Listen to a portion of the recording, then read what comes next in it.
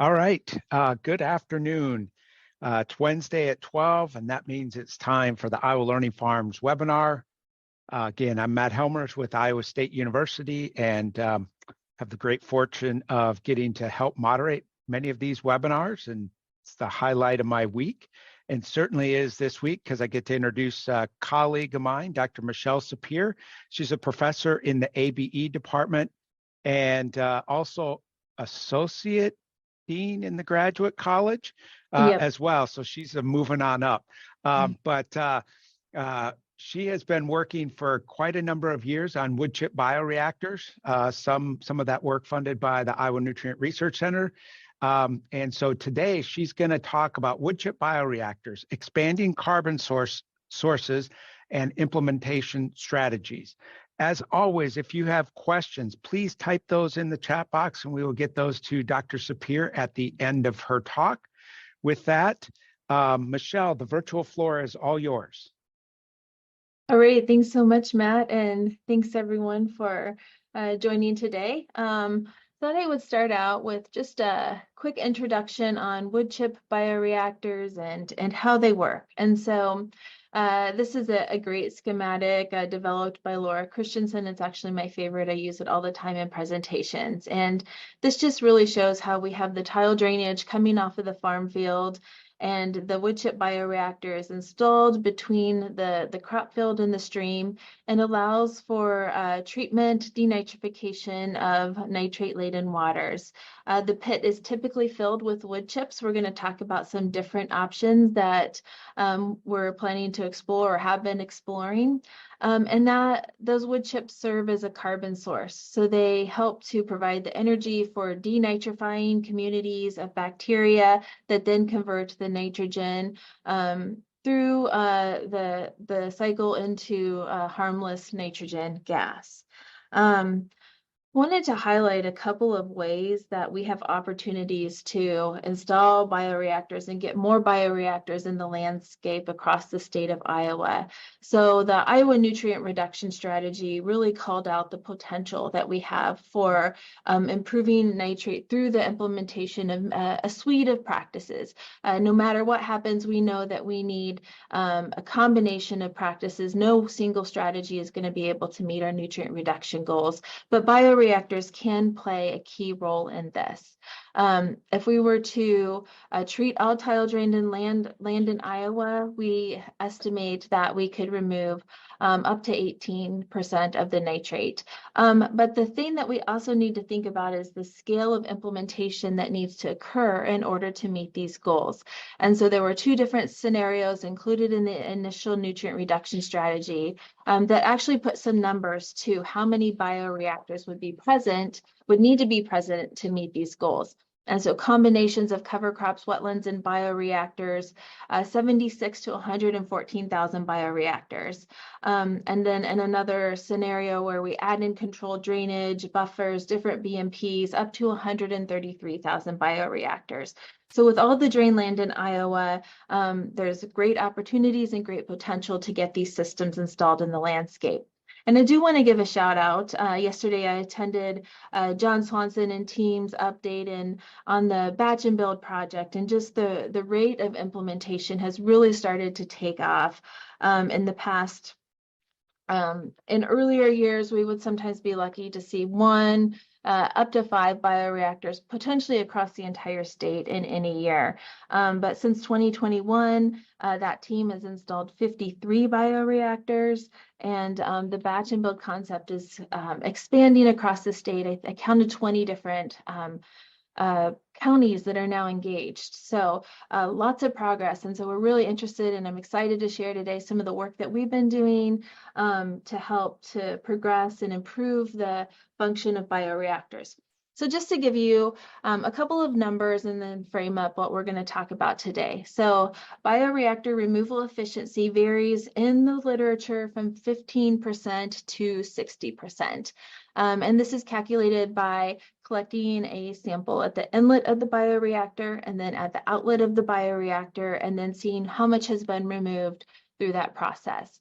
We can also look at the the amount of nitrate that's been removed. And we typically present this as grams of nitrogen per day per meters cubed of bioreactor material. So we kind of look at a little less than 1 up to almost 8 grams. So that's kind of the range of values that we typically see reported in the literature.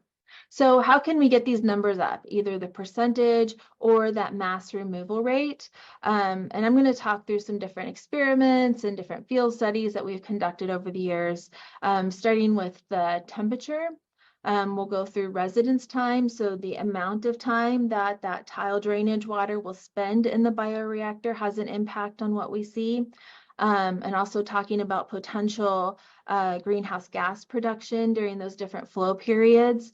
And then some newer ideas, including extending that flow period by pumping, so pumping from a nearby water source, and then looking at alternative carbon media.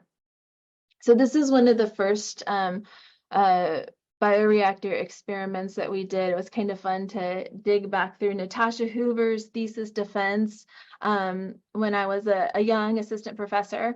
And this is actually one of the few studies that really looks at the difference in nitrate removal potential from over a range of different temperatures. And so you can see at 10 degrees Celsius, 18% removal, 20 degrees Celsius, 52% removal. Warmer temperatures, it makes sense because the microorganisms are going to have be working harder and able to convert that nitrate to nitrogen gas much more quickly. The challenge is that our system, at least in the upper Midwest, does not necessarily have, there's a mismatch, right? The early season drainage is occurring March. I mean, maybe even right now, given the warm temperatures that we've had this warm, relatively warm, this winter. And we see a lot of that flow occurring through the early spring season. And then a lot of tile lanes will tend to dry out as we have fewer precipitation events, and we also have more crop uptake. And so there's not a lot of great strategies to try and increase the temperatures and get increased removal. But this will come into play here in a little bit. There was one attempt that I'm aware of, and I think in Illinois, to try and kind of heat the bioreactor, but the energy to heat the bioreactor, you couldn't get the increase in water temperature that would be needed in order to really increase that removal rate. Okay, so after those column experiments, we were funded, one of the initial batches of funding from the Iowa Nutrient Research Center, and that was our charge was to install a series of pilot scale bioreactors. And John Lawrence told me on the phone, you know, something unique that we don't have anywhere else in the world. And so it was a great opportunity to build this system. It's located near the BioCentury Research Farm, and I know a lot of folks have had a chance to come out and see the site. But we essentially did this, designed again by Natasha Hoover, 9 concrete troughs in series. We pump the water from a nearby drainage district kind of up the hill. We store it in some black tanks. So if you're ever out at BCRF and see those black tanks, those are the pilot scale bioreactors. And then the water gravity flows into each of the reactors, and we can collect samples from the upstream end, the downstream end. We have the pipes, the stilling wells, so that we can collect samples from within the bioreactor. And our first experiments, we designed these for a residence time study. So we wanted to see how the different residence times would impact the nitrate removal. And so we selected 3 different residence times, 2 hours, 8 hours, and 16 hours. And this is a schematic that was put together by Emily Martin, and it's a really great way to kind of demonstrate the impact of flow on nitrate removal. So as I said, we had 3 different residence time. We had the 2 hour, the 8 hour, and the 16 hour. And what's important to understand here is the role of both flow as well as the nitrogen removal that takes place in the bioreactor. So I'll start with the 2-hour residence time. And in this case, the water is moving through that bioreactor very quickly. And so we'll just say the total amount of water that's available for this scenario and for our pilot scale reactors moves through the bioreactor. So our removal rate, so when we talk about that percent removal, it's actually not that high, it's 9%. And the reason it's so low is because the water is moving through the reactor pretty quickly. And so there's not a lot of time for those microorganisms to remove all of the nitrate. When we look at the percent removal for 8-hour, it's 32%. And for 16-hour, it's almost 54%. So that percent removal is much higher when you have a lower flow through the reactor. But the fact is, you're also running a lot less water and thus a lot less nitrate through the reactor. So this 46,000 liters that goes through the reactor with the 2-hour residence time, that same exact reactor can only treat about 6,000 liters at a 16-hour residence time. And so what this means is when you look at that mass removal, which is the concentration of the nitrate that's removed times the the volume of water that's treated, we can actually remove more nitrate when we have higher flow rate. So the removed nitrogen is 9.3 grams per meter cubed per day for the 2-hour residence time, and 7.7 grams per meter cubed per day for the 16-hour residence time. So just, a lesson in how much flow has a big impact on how much nitrogen is actually removed. And I have QR codes kind of throughout this. Sometimes we're pointing to a publication, which in this case is Emily Martin's paper. In a few other cases, we're referring to a webinar or something else that we've done. During the same time, we partnered with Tom Eisenhart and his student Morgan Davis, and they did some greenhouse gas sampling for us. And so they looked at the surface flux, which is what Morgan is doing in that picture. And then we also looked at the dissolved gases. The surface flux really wasn't very interesting. We sampled on a pretty regular basis, but we didn't see measured differences when compared to the surrounding crop fields. So there's not a lot of nitrous oxide or methane off-gassing through the surface of the bioreactors. There's been some work that shows soil caps can help reduce that if it's a concern. But we did detect nitrous oxide and methane in the dissolved form at the outlet of the bioreactors. And we saw significant differences between that high flowing reactor of 2 hours and then the slower flowing reactors of 8 and 16 hours. And most of this difference comes from nitrous oxide production, which is a much more potent greenhouse gas. And this is Morgan presented this in grams of carbon dioxide per meters cubed per day. And so what is happening is that microbes are not able to fully convert the nitrate to nitrogen gas. Nitrous oxide is a intermediate step in that denitrification process. And so because of that, we saw a much higher levels of gas production because of the presence of nitrous oxide. But I do want to frame this up a little bit. We've done some additional studies and even compared to others. When you look at the percentage of overall nitrate that's converted to that dissolved nitrous oxide, it's between less than 1 to 5.2% was the case for that 2-hour residence time bioreactor. So that is on the higher end of what is in the peer-reviewed literature. Lindsay Harfield, another student who recently graduated and has also been featured on ILF webinars, found that when you look at the, if you take a relatively high emitting bioreactor and spread that out over the drainage area, which is being treated, so the land area that's being drained, in the extreme case, it's a less than 1% increase in gas emissions. And then in another case, it was actually less than what we would typically see from an ag field. And then we also need to, think about that nitrogen, which was, because of the bioreactor converted for a majority to nitrogen gas. There's also nitrous oxide production potential from downstream streams and estuaries. So if that nitrogen was not removed in the bioreactor, it would have been discharged downstream, and there's potential then in other environments that nitrous oxide could be produced. So it's complicated, right? But there is certainly opportunities for nitrous oxide to be produced. And so therefore, from this study, we really recommended that residence time fall more around 8 hours to try and reduce pollutant swapping concerns.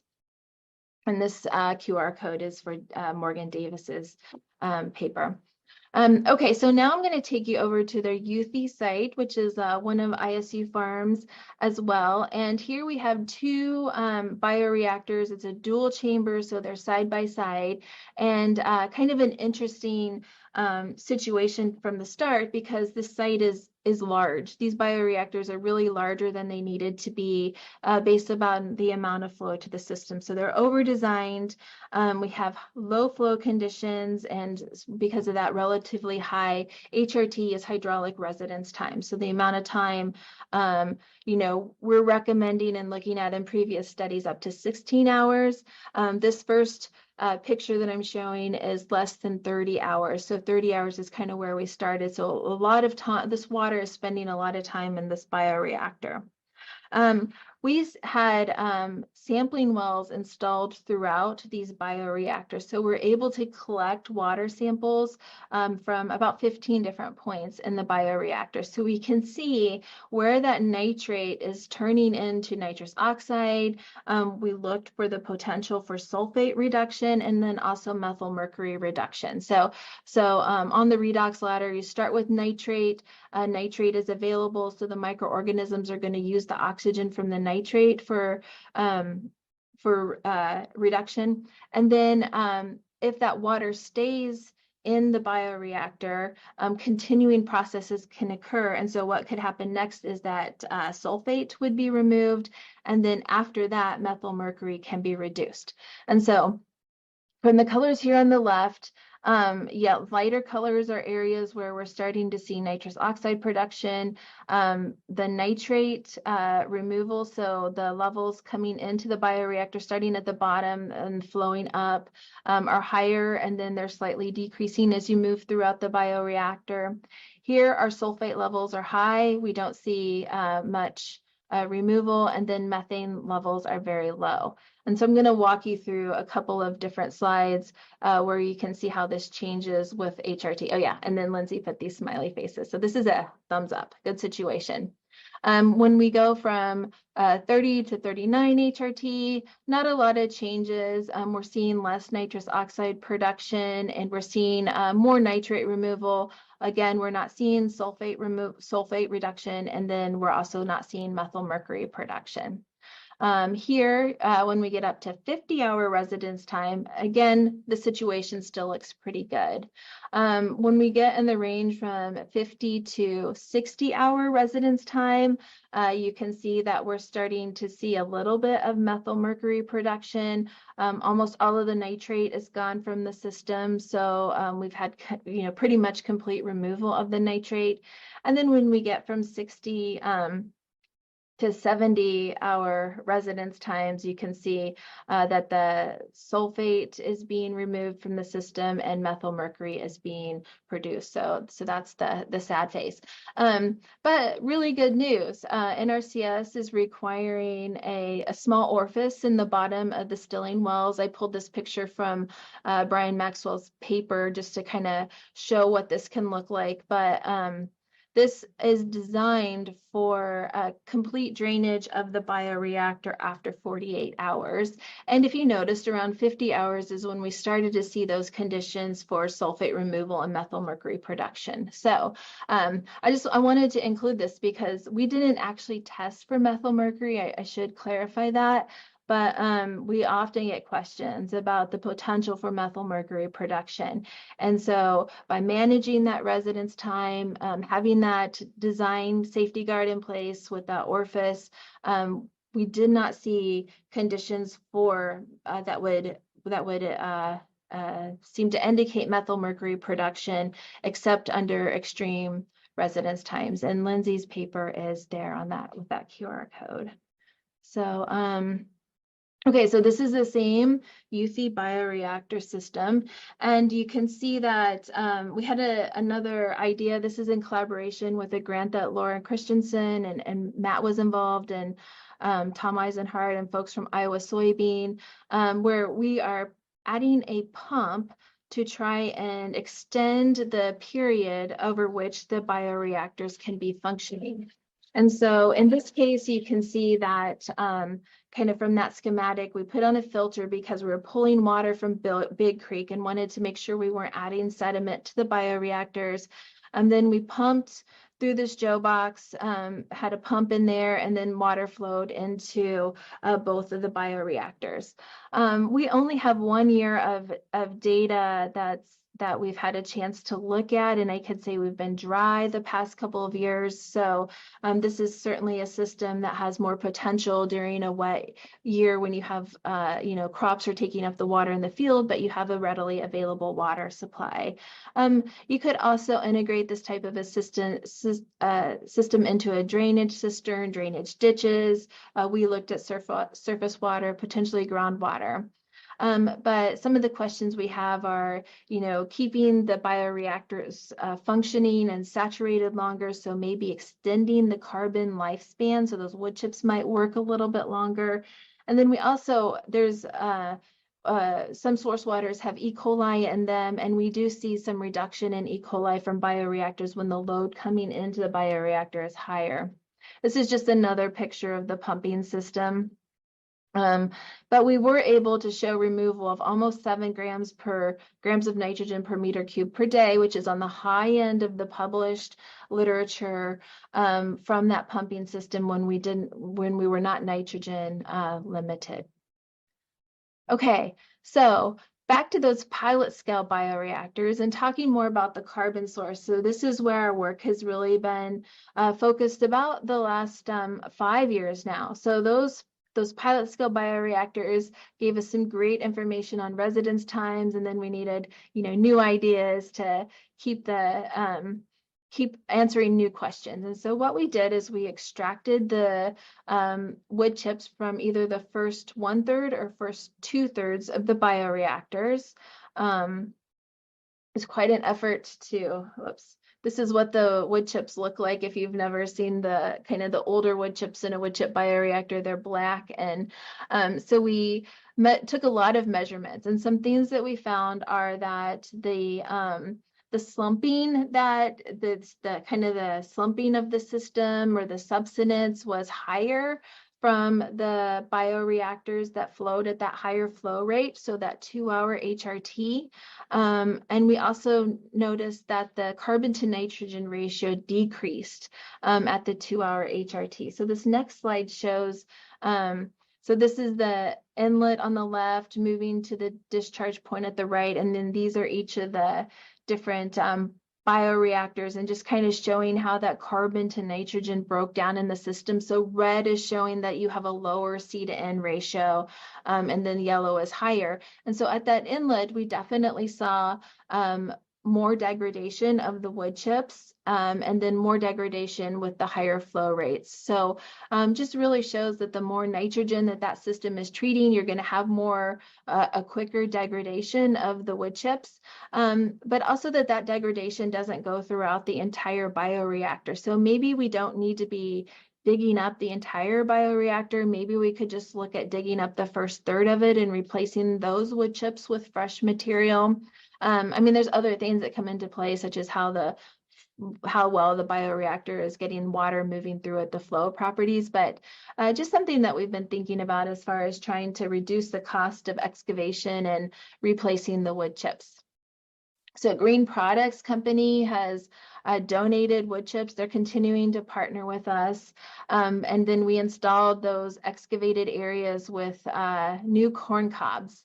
And we're really getting great results as far as the corn cobs have hydraulic properties that are similar to the wood chips, not only in the first year, but also in year 5. So we're not seeing degradation.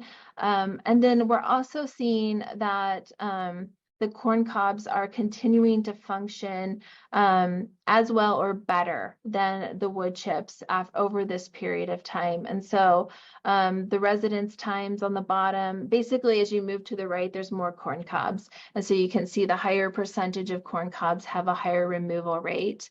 Jiao Law did a techno-economic analysis, and his paper is linked there.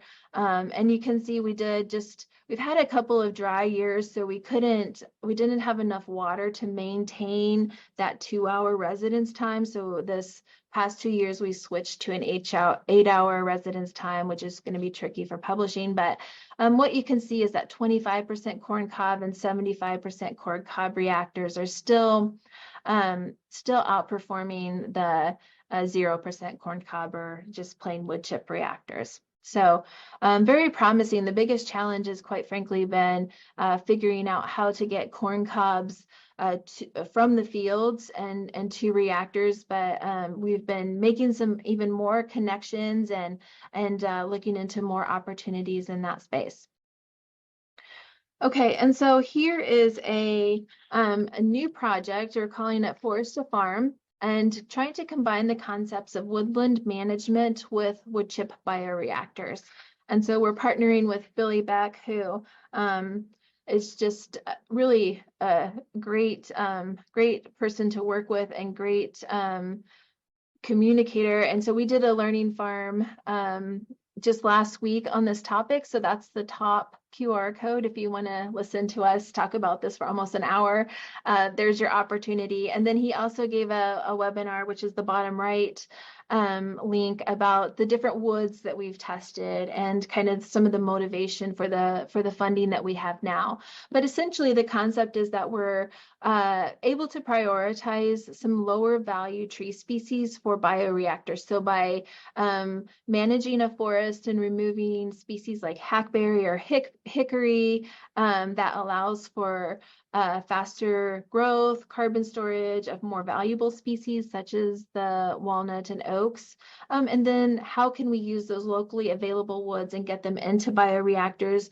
One thing that we've learned a lot about is how to chip the wood, and the fact that many of the chippers have sizes that don't meet the NRCS standard. So we have some NRCS funding to look and install some bioreactors that have smaller chips, that have shredded woods, such as those produced by tub grinders, and as well as corn cobs. So with funding from NRCS and US Forest Service, we'll be installing more than 25 bioreactors over the next couple of years. A few are already installed, and those will have different sizes of chips. They will have corn cobs, they will have shredded wood, and then as much as we can, we'll have the pure wood species in some of those. And then my last slide is just, I often get this question about biochar. And Emily Martin did a really extensive lab study on different, biochars produced from different materials, plant materials, and then that were created at different pyrolysis temperatures.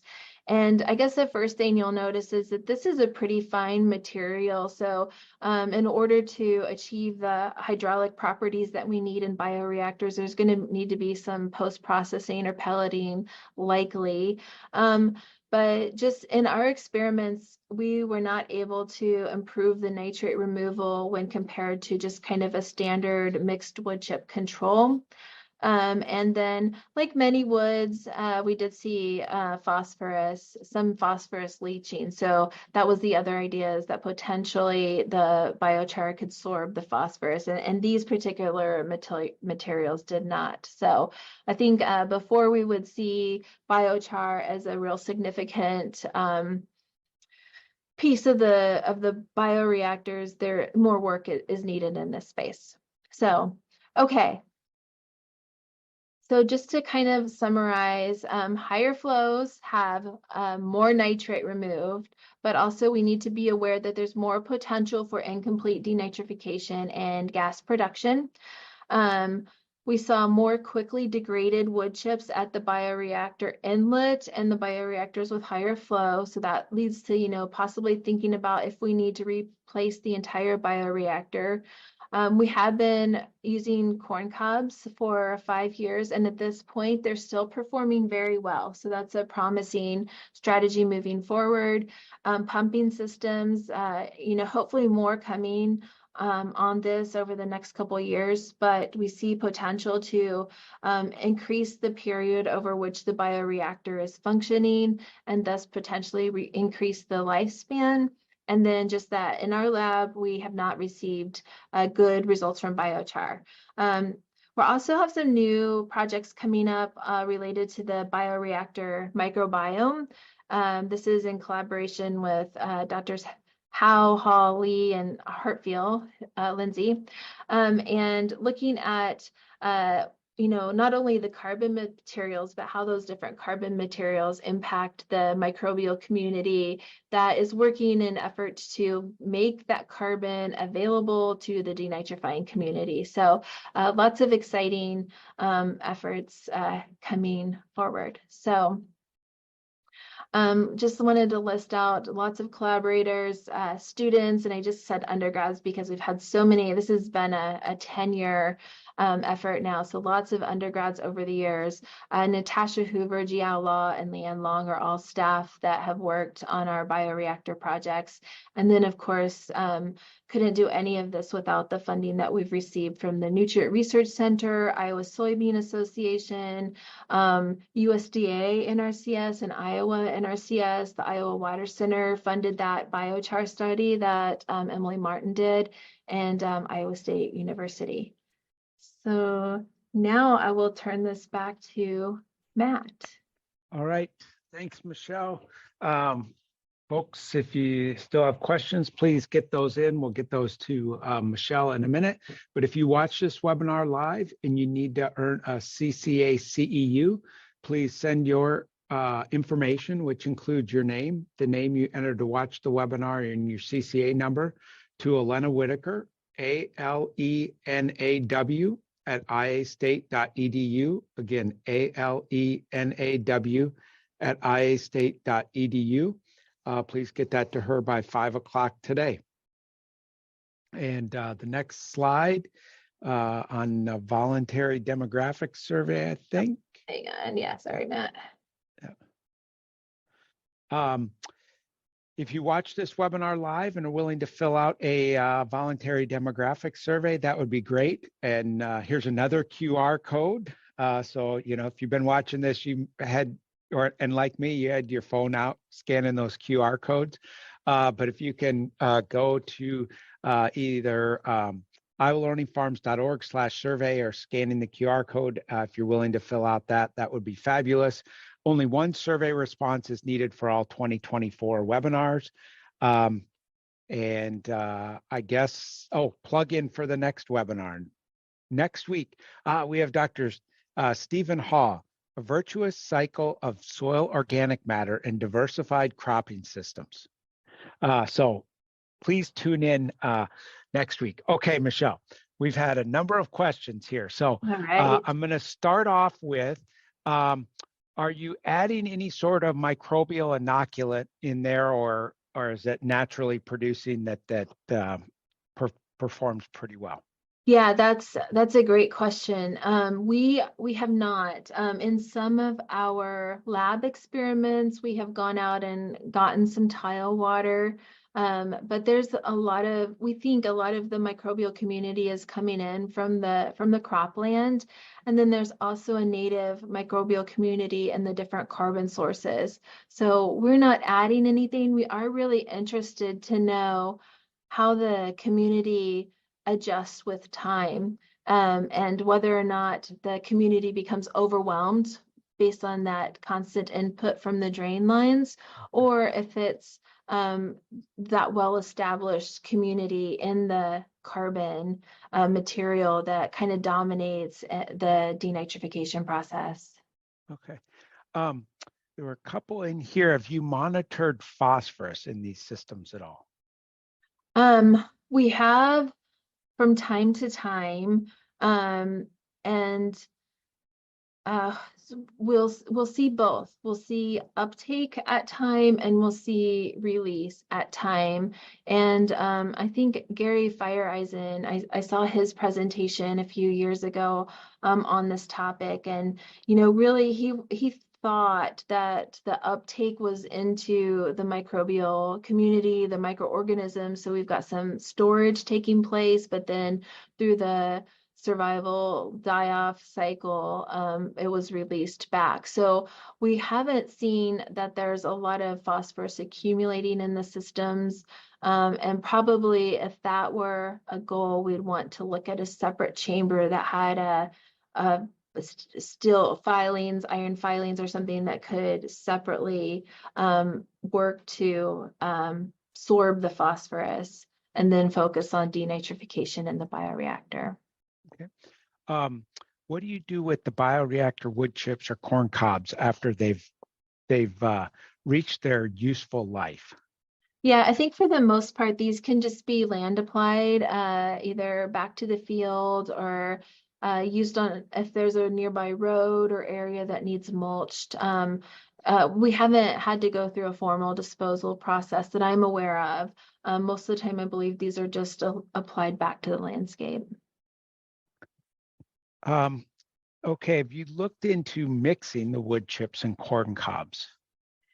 Yeah, that was with the pilot reactors, that was kind of what we wanted to do at first, but it got complicated when you think about your pile of corn cobs and your pile of wood chips and your contractor and getting that mixed up and installed in the bioreactor. But if you could get past that, which I know that many contractors would be able to, and I think that, yeah, that's certainly something that we could look at as well. Are you at the point to recommend corn cobs with wood chips when we recharge our bioreactors?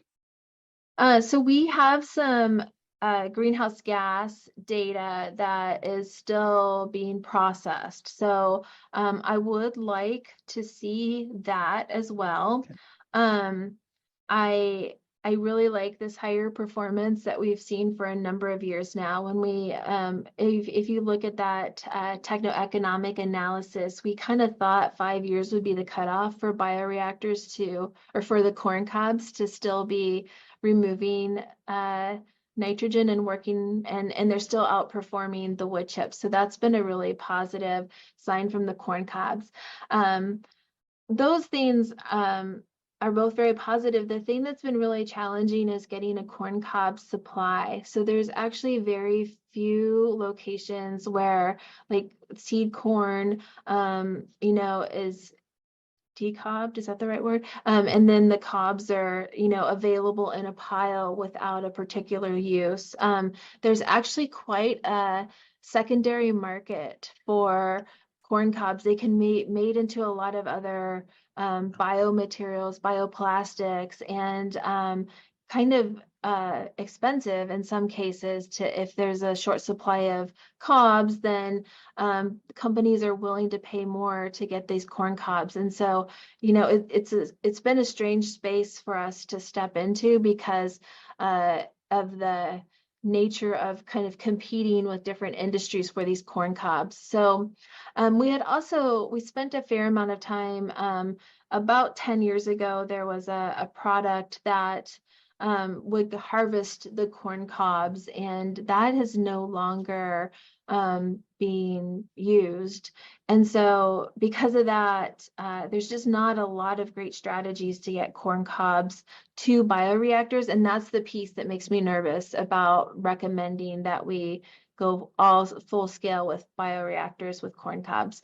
But we will have, I think, 4 bioreactors with corn cobs installed over the next 2 years as part of that NRCS SIG Iowa funding. And so that's going to be a great chance for us to monitor this a little bit longer. And also, we've got good partners already in the corn cob space. And so continue to develop those and see what kind of opportunities we have. And also to not, the corn cobs are a great shape for like hydraulic properties. They're a little bit bigger than the corn cobs, but that means the flow through these systems, even 5 years in, it's really good hydraulic Really? properties. And so that's, there's a lot of positives here with the corn cobs. So Okay. Um, almost. yeah. Do you have any ongoing studies to continue to track that performance of the corn cob versus wood chips kind of post 5 years?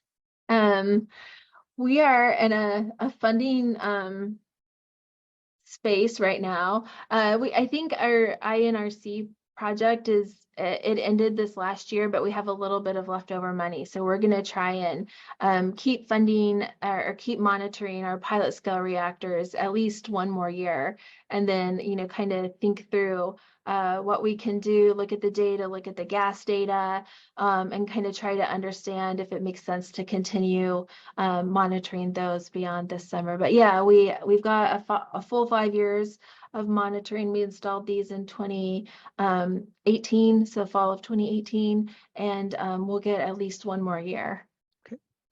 Um, uh, if a landowner wanted to implement a wood chip bioreactor on their land and potentially participate in the upcoming research projects, is there somebody they can contact? Yeah, that would be great if you want to reach out to me. Is my information Uh, ML? ML. Okay. No, it's just M Soupir. Sorry, I was M giving you Superior. Okay. M I was Soupir like, at IA okay. State. I'll Yeah, put, in the Michelle's. chat maybe. Yep. Oh, if But I yeah, can. this is a perfect time because we are looking for sites. We've been working very closely with Polk County, Story County, the city of Ames. And as these batch and builds are expanding, we've been taking those opportunities to try and collaborate and help with that process to speed up the implementation through the batch and build as well. All right, here's a good one. I don't know. This could be, it probably is a Billy question, but Okay. maybe he said this and you can just say, go watch his webinar. Multiflora rose and buckthorn are major woody invasives in this person's area. Could those be chipped and put in a bioreactor? Yeah, we got this question in the in our webinar last week, Okay. and Billy answered it, so I'll answer it Yeah. the same way that Billy did. Um, one concern, honestly, I don't know what the first thing was, but I know what buckthorn is, and I Okay. know about honeysuckle, and there's not a ton of woody material in some of these. So that is one limitation as far as being able to harvest those. But that is something we're interested in, and we're really starting to look at in addition to the microbiome, we want to understand the extractives associated with different kinds of woods. So we've got a list of like 30 different woods, and we're going to start working with the metabolomics facility to figure out what those extractives are. Like, is it tannins, different forms of carbons, and what are the properties that make a certain wood product better for nitrate, supporting that microbial community and also nitrate removal. There's also physical differences in the different woods. There's like ring structure, porous structure, there's heartwood, there's sapwood.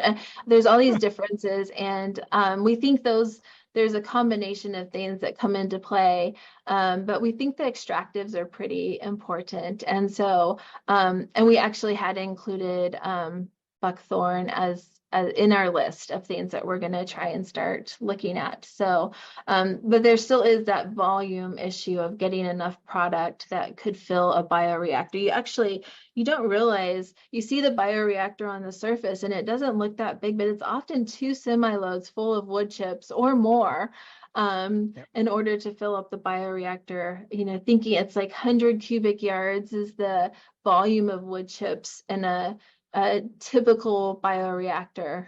So it's a lot of wood that we Yeah. need. Did you ever think you'd know that much about wood? No. Okay. All right. The things you learn, the Yeah. All right. numbers you can pull out of your head, Yeah, right? yeah. Depressive. Yeah, definitely. Okay, another one. Are bioreactors only used with tiling or could they be used with above ground springs also? Yeah. I think it's Zach Easton at Virginia Tech published an It is. It is. I yeah. just Googled it when I saw that question. So, yep. Yeah. Yep. Yeah. So that's in the Chesapeake Bay watershed. So and I don't remember if they had to pump water or if they were just able to use landscape placement to get it to flow I through. think they used landscape placement and kind of diverted it from a creek Yeah. almost. Yeah. Yeah, and Laura Christensen has a great paper looking at is it around the world? I mean, she just looks at bioreactors all over the globe and all the different applications. And so I know aquaculture treatment, there's tile water, pumped systems. I mean, there's just a lot of different ways that these bioreactors can be implemented beyond the drained portion of the U.S.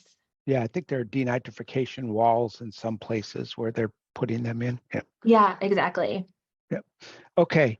We got a couple more here. In interest of time, we'll get through those and then I'll let Michelle get off to another meeting. Yeah. Does freshness of the wood chips matter versus kind of long dead wood chips? Yeah, that's it. So, long dead is, I mean, right. And so maybe you're thinking about ash trees. And so we have, actually Natasha Hoover's first study had, a pile of wood chips that were aged, and they performed just as well as the fresh wood chips for denitrification. I can't remember exactly how long they were aged. But I know with the ash trees, so trees that have been dead and standing for quite a while, we don't know. I don't know for sure, but I think Billy would know though that the physical properties of the tree and the carbon is broken down fairly quickly, and so that may not be the best source of material for a bioreactor. Okay. There are a couple here on kind of who or what might be the cost, if you know any of the recent cost for installing some of these reactors, and then are there programs out there to help pay for those? Yeah,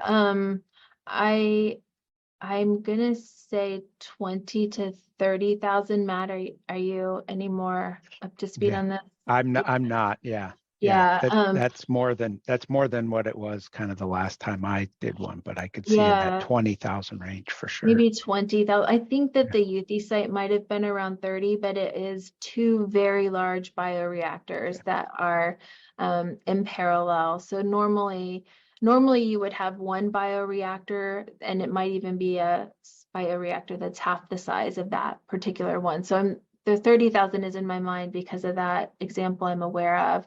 But there are a lot of opportunities for cost share for bioreactors. And I know that depending on the location, your NRCS office might be a resource, but I would also look at the batch and build and how it's been expanding across the state. And different groups are acting as kind of the fiscal agent to help assist with the process, to provide more cost share and to help kind of ease some of the paperwork burden, providing, the surveying services to figure out if a site might work better for a bioreactor or a saturated buffer. And kind of the central Iowa area, there's a lot of opportunities through the batch and builds as they expand out. John Swanson gave a presentation yesterday, and I took a picture of a slide because I was so impressed with how many counties are now starting this process. Some of the co-ops are stepping up as fiscal agents. So I don't know, the exact details of that, but I do know there's a lot of opportunities and a lot of movement to actually help make this, to help speed up the rate at which we're installing these systems. Oh, I meant to post something else. There's also let's see if this works. There's a Iowa Systems approach to conservation drainage. It's an RCPP that covers a lot of the state that would also have resources, may have resources to help install some of these as well. And I'm going to post that link in the chat box. With that, I think Dr. Soupir, will thank you again for excellent presentation. Now you have one more QR code for your next presentation. So Yep, thank you. this is really important information, and thanks for all your great work on bioreactors. I say that both from the Learning Farms and the Iowa Nutrient Research Center perspective. Again, if somebody needs a CCA CEU, please email Alena Whitaker, ALENAW, at iastate.edu by 5 o'clock today with your name, the name you entered to watch the webinar, and your CCA number. With that, I thank you very much, and hopefully you'll consider tuning in next week for Dr. Stephen Hall. Thanks, Michelle. Thank you.